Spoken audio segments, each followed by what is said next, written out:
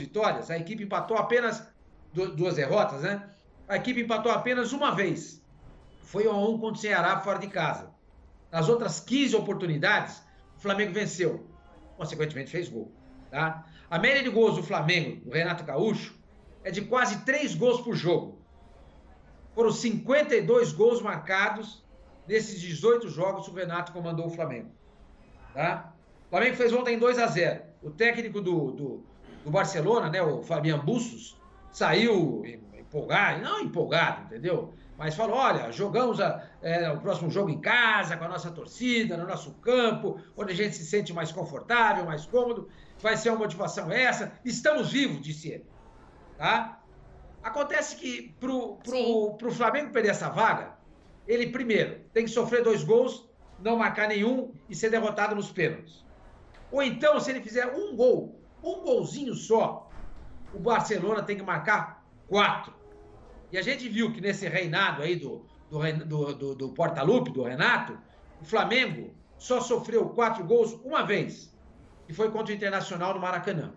Quer dizer, um ponto absolutamente fora da curva.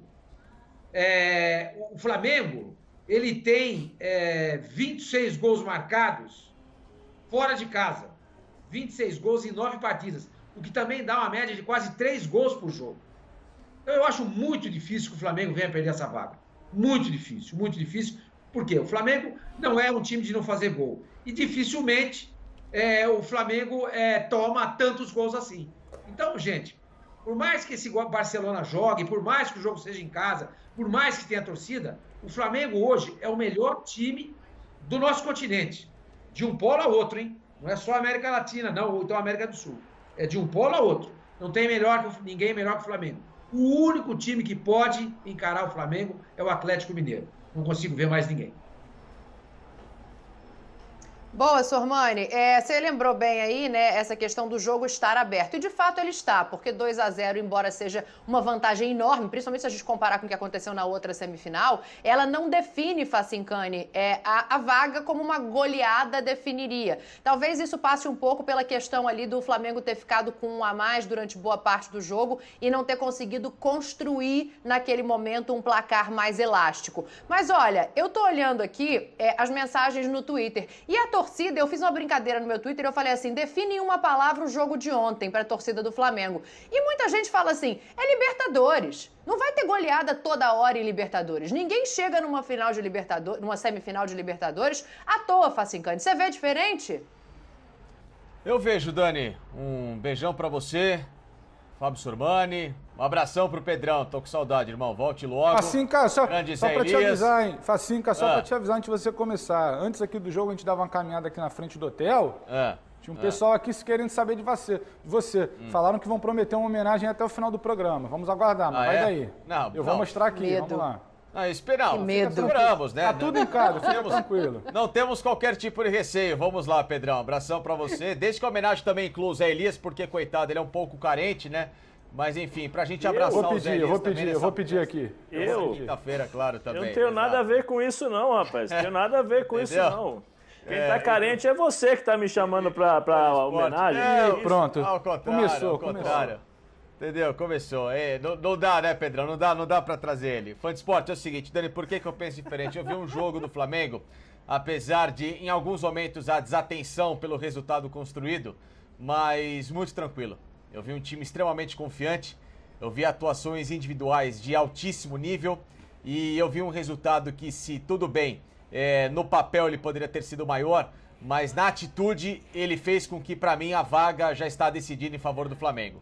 E não tô aqui fazendo média com ninguém, que vocês me conhecem, não preciso fazer então média você concordou com o torcedor que respondeu no Twitter? Eu simplesmente, Dani, tô dizendo que o Flamengo, pra mim, se classificou ontem.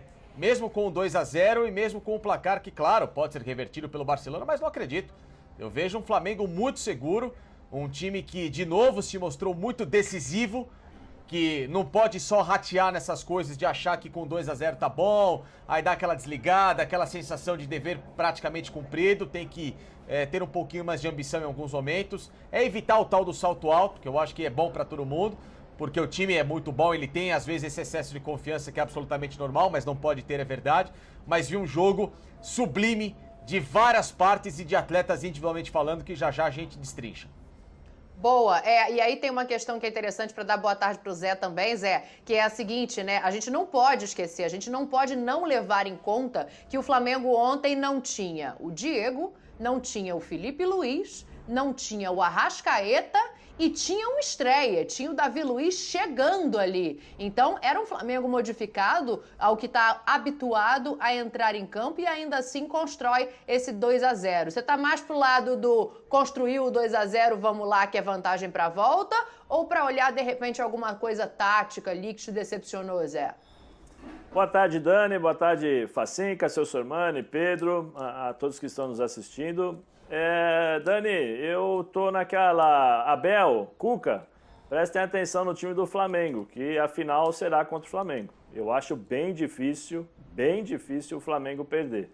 Né? Não pela falta de qualidade da equipe do Barcelona, porque ontem nós vimos no começo, né, do primeiro tempo e no começo do segundo tempo, uma equipe que sabe agredir, que sabe criar dificuldades, né, e o Flamengo teve uma certa dificuldade para se ajustar. Depois que se ajustou, pegou o timing, né, da marcação, posicionamento, o time do Flamengo foi o Flamengo que nós conhecemos. Né? Mas eu acho que o Flamengo tem uma vantagem enorme, muito porque o Flamengo não passa um jogo sem fazer gols. Esse ataque do Flamengo é impressionante. Quando o Gabigol não está fazendo gols, ele está abrindo os espaços para os times, para os outros jogadores, está participando das jogadas, né, dando assistência. O Bruno Henrique voltou a ser o Bruno Henrique de 2019, né, que é um jogador que desequilibra a qualquer instante. Se você der uma brechinha para ele, ele vai lá e mata o jogo. O Vitinho também fez um bom jogo. Não é o Arrasca, né, Dani? Não é o Arrasca, mas... o Arrasca, mas dentro das suas possibilidades, das suas qualidades, ele fez um bom jogo também.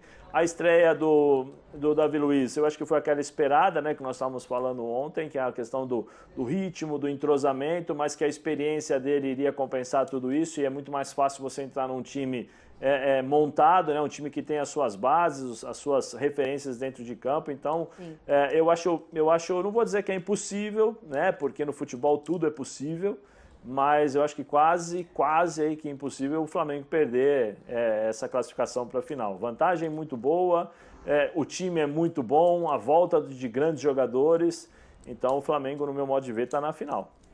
Boa, Zé. Eu tô achando maravilhoso aqui o pessoal na hashtag BBDebate, todo mundo mandando o Dragon Ball Zzinho fazendo a mãozinha. Eu tô ficando velha mesmo. Olha aqui, será que o Renato entendeu a referência? Vamos ouvir o Renato, claro que ele não fala disso, mas ele fala da partida, fala de como ele viu essa construção dos primeiros 90 de 180 minutos no caminho da final da Libertadores. Bota o Renato aí.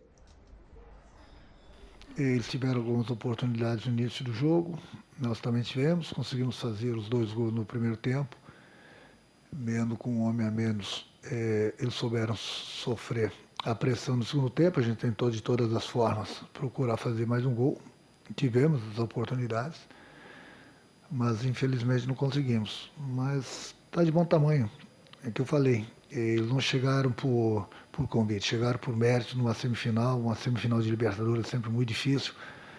E 2-0 é uma vantagem muito grande. Muita gente acha que não, mas é uma vantagem boa para a segunda partida. Até porque, para quem não sabe, que existe gol qualificado na Libertadores. Boa, tá aí a serenidade do Renato, Facincani, falando sobre esse 2-0. É óbvio que é uma vantagem, é inegável, né? Não tem como dizer que 2-0 construído em casa não é uma vantagem para o jogo de volta. Agora, Facinca, eu quero entrar num assunto aqui com você, e aí eu quero ouvir todo mundo. Em relação a essa coisa que ele fala de saber sofrer, né? O Barcelona vem, faz um abafa ali no começo do jogo, depois acaba murchando, aí fica com a menos, a situação fica mais difícil ainda. Agora, esse saber sofrer, entre aspas, ele passa um pouco pelo lado do Flamengo também, no seguinte sentido, de saber defender. Eu vou trocar e vou colocar dessa maneira. Porque a gente está muito acostumado a ver o Flamengo construindo para frente, jogando com a bola, e ontem talvez tenha sido um dia que deu para ver, e aí passa também pela estreia do Davi Luiz, quero te ouvir sobre isso, que o Flamengo soube se defender quando foi atacado. Você acha que isso passa por uma melhora da defesa, pela estreia do Davi? O Diego Alves ontem foi gigante bastante nas defesas que fez também. Quero ouvir vocês sobre isso aí pra gente começar. Mas o Barcelona, ele foi pro chamado tudo ou nada, então era natural que em algum momento ele pudesse atacar o Flamengo, conseguir uma finalização, conseguir, claro, furar o bloqueio. Ninguém vai jogar 100% intenso, defensivo, compactado, segurando. Não existe isso no futebol, ninguém é perfeito. Em algum momento você vai sofrer um tipo de finalização como foi ontem o Flamengo. Agora, eu vi uma atuação muito tranquila do setor defensivo, da dupla, né? Tanto o Rodrigo Caio como o Davi Luiz. Davi Luiz foi gigante ontem em posicionamento, jogou na boa, sem sustos, até conseguiu no segundo tempo, naquele lance que ele faz o bloqueio em relação à finalização, que seria o rebote, né? E um hipotético gol do Barcelona. Uma cobertura precisa em relação ao jogador da equipe do Equador. Em muitos momentos ele iniciando a saída de bola, né? Se soltando um pouquinho para dar essa leveza e para desprender um pouquinho, né? A defesa do Flamengo também dessa fase de que em alguns momentos faltava para ela um pouquinho mais de intuição criativa, até para dar mobilidade aos dois laterais. Acredito que mais o problema do Flamengo ontem tenha sido as laterais, né? Tanto o Isla como o René, eu vejo o Mateuzinho e na volta do Felipe Luiz a dupla ideal, mas ainda assim o Flamengo com uma ótima construção defensiva e que explica-se o que aconteceu ontem. Um Barcelona que ele teve atitude.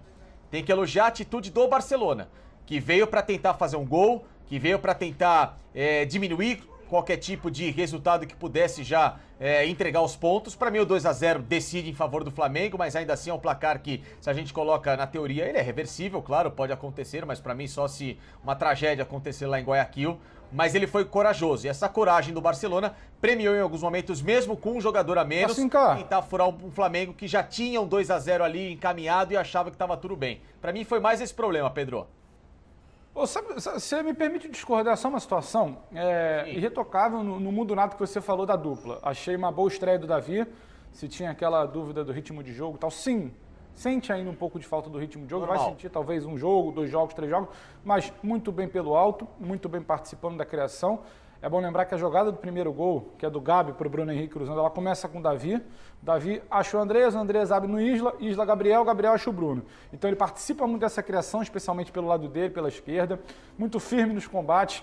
Tem a sensação também de ser um cara um pouco mais experiente, um cara que passa uma segurança que a defesa do Flamengo por muito tempo não teve com outras peças. O bloqueio do chute do segundo tempo poderia ser um gol ali, poderia talvez dificultar um pouco mais. Agora, quando a gente fala em defesa, sobre saber defender, eu acho que teve um problema específico. O Diego Alves ele não fez 4 grandes defesas por acaso. Não acho que foi por acaso chute de longe, aquela bola vadia que a gente... Eu acho que tinha uma situação que o Flamengo precisa pensar. O Arão e o Andrés, é bom dizer, o Andrés foi muito bem com a bola. O Andrés foi muito bem em ter que se aproximar um pouco mais e participar um pouco mais da criação. O Andrés vai muito bem até os 10, 15 minutos do segundo tempo, quando o Renato mexe e coloca ele um pouco mais para frente, talvez ele não renda tanto. Mas sem a bola, um espaçamento ali entre linhas, entre a linha de volantes, ali, Arão e Andreas, e a linha de defesa, Davi e Rodrigo com os 2 laterais, Barcelona atacou muito bem por ali. Barcelona colocava esses jogadores por ali. Barcelona tem um time muito bem organizado, muito bem estruturado ofensivamente, conseguia achar uns espaços ali no meio dessas 2 linhas. Conseguia quebrar, como a gente diz, conseguia achar esse espaço que muitas vezes, por exemplo, o Flamengo não achou no segundo tempo. Mas o Flamengo ganhou o jogo. Sim, muito também pela ótima participação do Diego Alves no início do jogo, quando o Flamengo sofre bastante. Então acho que esse espaçamento ali que ficou entre a linha de volantes e a linha de zaga, o Facinca, gerou um aperto ali ao Flamengo. Então acho que essa defesa, esse saber defender, saber sofrer, eu acho que quem garantiu isso foi muito mais um Diego do que exatamente um posicionamento da linha defensiva. Eu acho que... R$1 milhão por ano, todo ano, desde 2016, trabalhando com robôs. Isso mesmo, 2016, 17, 18, 19 e 20. E agora em 2021, com certeza eu vou conseguir também. Eu tenho uma máquina de fazer dinheiro na minha mochila e vou te mostrar como você também pode ter a sua. Quer saber como? Clica no link aqui embaixo desse vídeo e vem comigo. Esse é o João Pedro, o maior especialista do Brasil em geração de renda na internet e o único que já transformou a vida de mais de 30 mil alunos. Encare uma realidade. Para a crise não te derrubar, você precisa ganhar mais dinheiro. Conheça o passo a passo simples e garantido para faturar online pelo menos de R$100 a R$500 por dia de forma quase automática. Clique agora no link na descrição do vídeo para transformar a sua vida e começar a lucrar hoje mesmo.